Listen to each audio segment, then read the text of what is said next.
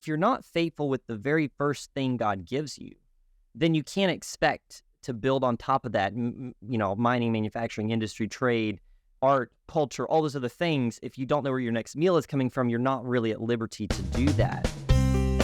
Hey everyone, this is Yvette Hampton. Welcome back to the Schoolhouse Rocked Podcast.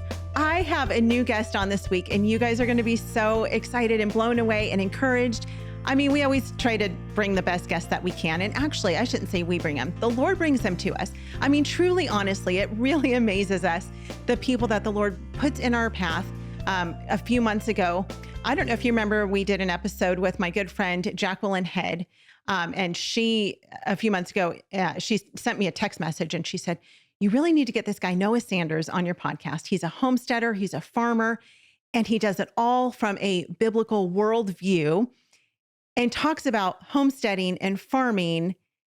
And he's a homeschool dad, and he does it all as a Christian. I was like, yes, that sounds amazing, because you guys know, if you've listened to this podcast for any length of time, that I'm a city girl. I don't know anything about homesteading, about farming. I want to live on a farm, but I want to live on the farm. I don't want to have to take care of the farm. Like, I want someone else to take care of it for me. I just want to look out of this massive window, and I want to see horses and cattle and maybe some sheep. And I don't know, some chickens running around and laying eggs. I want to see all those things, but I don't want to take care of any of it.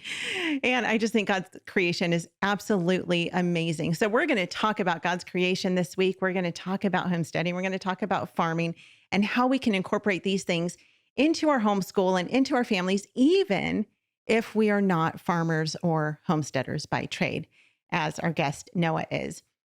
So I'm super excited to jump into this. But before we do, I want to say thank you to our sponsor, CTC Math. If you're looking for a great online math program, visit ctcmath.com. Try them out for free. They have a 100% money back guarantee if it does not work for your family. ctcmath.com. Well, Noah Sanders, welcome to the Schoolhouse Rocked Podcast. Introduce our audience to you and your family. What is it that you guys do? Yeah, thank you so much for having me on. It's great to be on a podcast where we're bringing these two things together, homesteading and homeschooling, because a big part of why we love what we do with farming and what it gives us opportunities for is the fact that we're so passionate about discipleship and specifically trying to prioritize discipleship of our children. And so that's a big part of why we do what we do. But I live in Alabama on some family property that we live on with my dad's family as well. Also has a home on the property here, and it's about 150 acres, but it's mostly woods. So we just take care of small pieces of it. We have a pond, and we have some pasture and a barn and gardens. And we have right now some cows and some chickens and a duck that somebody gave us. And right now we currently raise food just for ourselves, and we spend most of our time as far as our business and ministry teaching other people how to start with basic, simple principles that are based in the scriptures that lay a solid foundation for success in faithfulness in agriculture and land stewardship, whether you're just doing it on a windowsill or you're making a full-time living doing it. And that's after a season of, I actually went right out of homeschool. I was homeschooled growing up.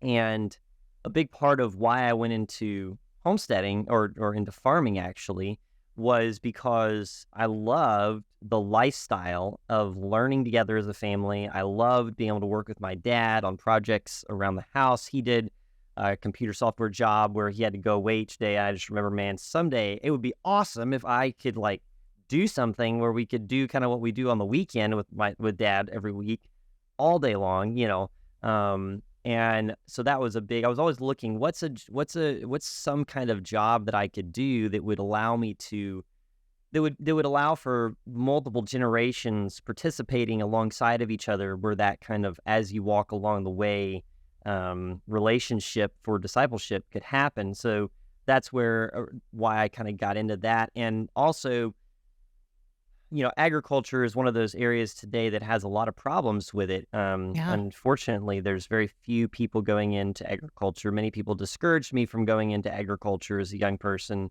and and yet I just felt like, man, if God calls me to something like this, I mean, farming is not something that's just going to be like eventually fade away with the Right. wagon wheel makers and stuff of yesteryear.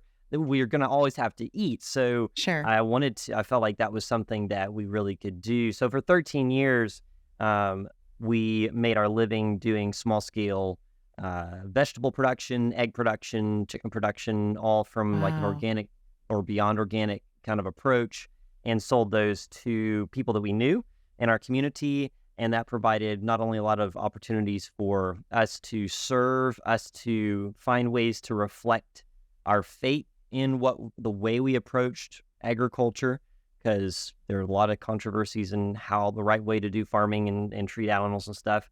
But we also had so many discipleship opportunities as well, just to engage with people all over, the seasons of life spectrum and the faith and political spectrum that all unite around good food, and would Right. be sitting around our table and have our kids be able to be a part of that. Was just such an amazing thing. But then a couple years ago, in the beginning of 2022, there's another part of the story about kind of the ministry side of what we do. But we really felt like God said that the season for us, like proving the small scale farming model that we had been doing, had come to a close, because we were not because we were failing. We were at where we had always wanted to be as a small scale farm, but it was just like we could either farm really well Hmm. and keep doing that, or we could take advantage of the training opportunities that we were being asked to do. And with raising 7 kids, which we have here on the farm, I only have so much time in the day, to devote to Yeah. projects. So we felt like too much is given, much is going to be required. And we really felt like God had given us that season of really being able to gain understanding about kind of some of the mechanics and the principles that it takes to succeed in farming or homesteading, whether it's super small or big, so that we could then pass that on. And specifically, our passion is to equip Christians Yeah. to be faithful in this area, so that we can then serve into the world and provide solutions when people have problems with growing food. Yeah. Yeah. It's like Joseph, right? He knew how to grow the food and he was able to feed a whole lot of people because of it. And people coming to him begging him, I don't know what to do. We Yeah. don't have food and we don't have any money. And I mean, it's just incredible. And so it really is. I mean, you're going all the way back to the Old Testament example of what to do with God's planet. I mean, how he created us to do this, right? And it's so foreign to most of us. There are many people, and I know there are a lot of homeschool families who are homesteaders. But I would say the large majority of us homeschooling today have no idea. And it's so interesting as we think about food. I remember, this is going to sound so ridiculous. Several years ago, when my girls were really little, we went to the LA County, Los Angeles County State Fair.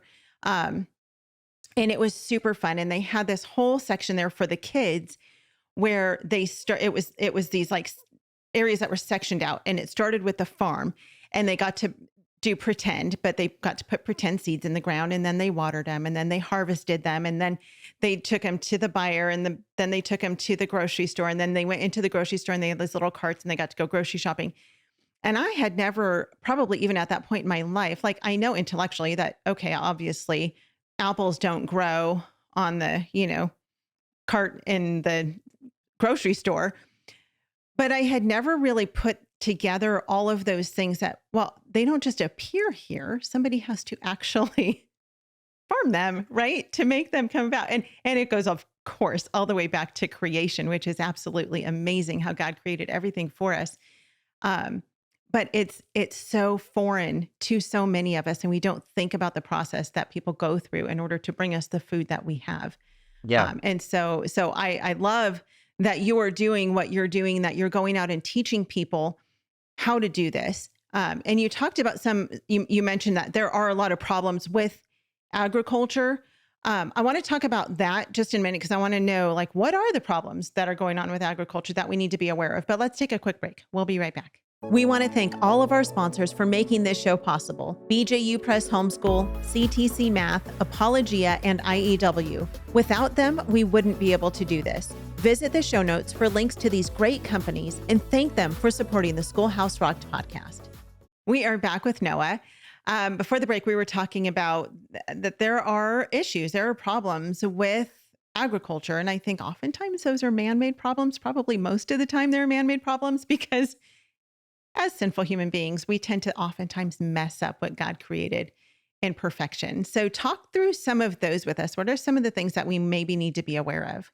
Yeah, well, we live in, a time where we have this incredible food system that enables a lot of us not to have to worry about food like many people in the world do. I was just listening to a friend of mine yesterday saying how, when he goes to places like Africa and they're sharing with them, a meal as a guest, sometimes you're eating the food and these people that are sharing with you don't even know where they're going to get the food for tomorrow. They live like that. We don't even have to think about it here because of this incredible system that we're a part of, food system. But it's important as Christians that we understand that we are not omnipotent as human beings. And throughout history, the basic foundation of any economy is its agriculture. I don't believe that God wants everybody to be a farmer. Right. But it's kind of like if you're not faithful with the very first thing God gives you, then you can't expect to build on top of that, mining, manufacturing, industry, trade, art, culture, all those other things. If you don't know where your next meal is coming from, you're not really at liberty to do that. Yeah. So it's important for us, whether or not we feel called to agriculture, to be aware of the health of the agricultural foundation in the economy that we live in. Mm-hmm. And so while we benefit from, that ability to just go to the grocery store and typically get everything that we see anytime we want, if we look at some of these, there are some root problems though that could potentially cause a lot of issues in the future with farming. One of those, an indicator is farming is not a very profitable venture in this day and mm-hmm. age. It's very difficult to make a living farming. Think the average, if you look at the median income for U.S. farmers, like in 2021, if you look at the median average income for farming households from their farm is $210 nationwide. So about 90% of farm households in the U.S. receive most of their income from off-farm jobs. So you're mm-hmm. basically using an off-farm job to subsidize your farming habit in a sense. And there's a lot of things that play into that with the models that we've got, the scale that's required, subsidies, kind of the market, all these weird things that it should just be as a regular profitable thing like anything else. But there is a particular difficulty of it's hard for anybody to realistically encourage young people to go into the normal style of farming that we see today, because either you've got to, go millions and millions of dollars in debt, or be born into it. And so that's not normally like something that's easy to do. So that's a challenge. And one of the things that has produced is very few new farmers. The population of farmers in the U.S. is 57 is the average age today, to be exact. So 57 is the average age of the farmer. And that's been something that's gone up, and is just continuing to rise. And part of that's because, how do you transfer that? How do you make it attractive? Right. If you don't have a pipeline for these new farmers coming along, then it's really challenging. It just isn't an indicator of health in that sector if you don't have new young people coming into it.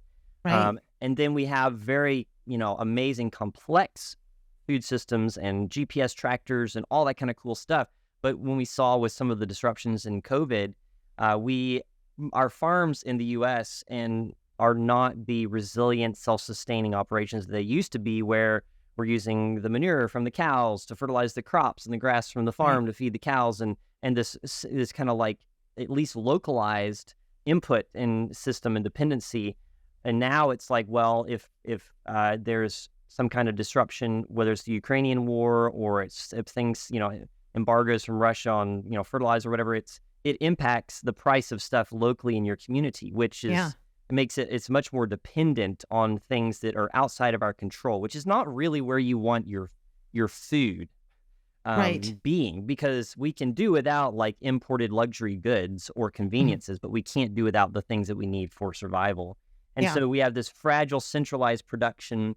And then sadly, because we focus mostly on quantity and scale and cheapness and all that stuff, farmers have not been we've been incentivized to go away from kind of these God's way of life, like happy chickens and kind of treating life as something non-special, which has resulted, unfortunately, in food that doesn't produce healthy people and Mm, doesn't produce healthy land, systems that are not healing the land. right. And so in the US, we don't have people starving to death like we do in Africa, but obesity is a form of starvation. It's like a malnutrition. Mm, It's you're always hungry and trying to eat empty carbs. But nowadays we have corn varieties that produces twice as much per acre, but they haven't increased twice as much in the capability to uptake nutrients. So now it's like you've got to eat twice as many carbs to get the same like right. vitamins in a sense in corn as we did. And we think, oh, yay, we're getting twice as much yield. But how are we helping people? So a lot of this, I just recognize and I believe is just a result of whenever we see death, uh, you know, Satan came to kill, steal, and destroy, right? When Right. we see like this kind of these bad fruit, it's really should always go back. We can always trace it as Christians back to sin. Sure. And how is this a reflection of our pride, our unfaithfulness, and our selfishness? And Yeah. then recognize that the solution to that is Jesus changing our hearts to help us to reapproach agriculture with humility, with a commitment to faithfulness, and a heart of unselfishness to serve both in giving to the land and giving and doing the best for other people. And that's what we found it really does provide viable solutions to these kind of challenges that we face. But it's not something you're going to fix overnight. Right. Yeah. Yeah. Where it's us trying to take over, trying to take control of what God has already created and trying to do it our way instead of his way. And that never turns out so well, does it? There's It always a doesn't. mess in there. Yeah, we can easily in any area of life, whether, it could be education, it could be anything Mm, else, on one hand, we kind of have legalism where we can be like, you know, this is the way you should do it, and this is the result you're going to get. And yeah. on over here, it's like, well, there's grace. You can do it however you want. God doesn't really care as long as you're doing it for Him. It'll all work out. And neither one of those is really accurate Yeah. because neither one really needs God. Right. God wants us coming to Him to say, how can I reflect you in Yeah. what I'm doing in my situation with my starting point? How can I grow to be able to do that more and more?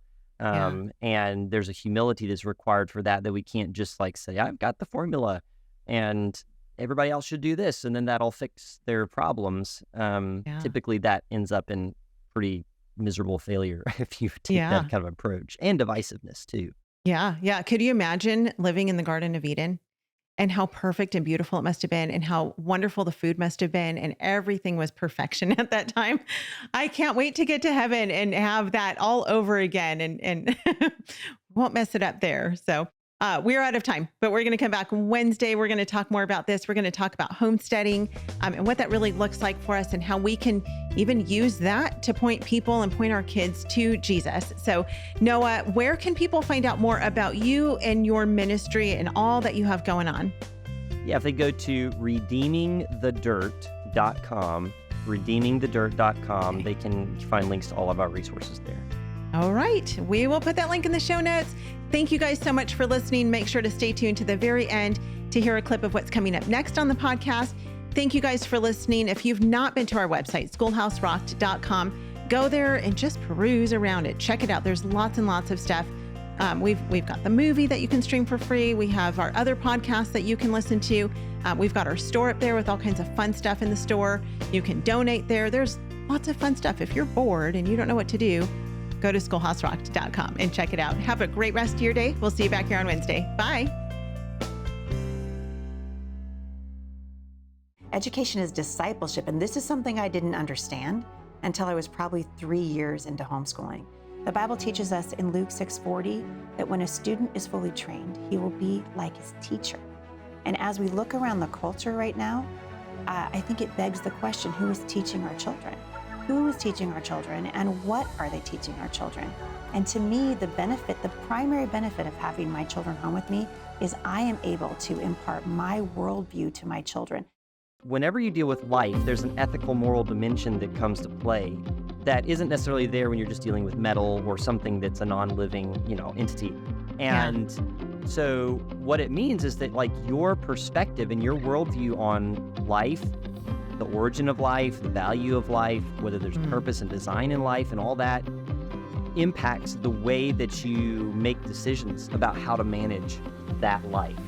And the more I delved into it, I recognized, there almost nobody in any of these camps that I was learning from and trying to get information from acknowledged God and a biblical worldview, even if they were Christians. Like that didn't bring that to bear necessarily on how they farm.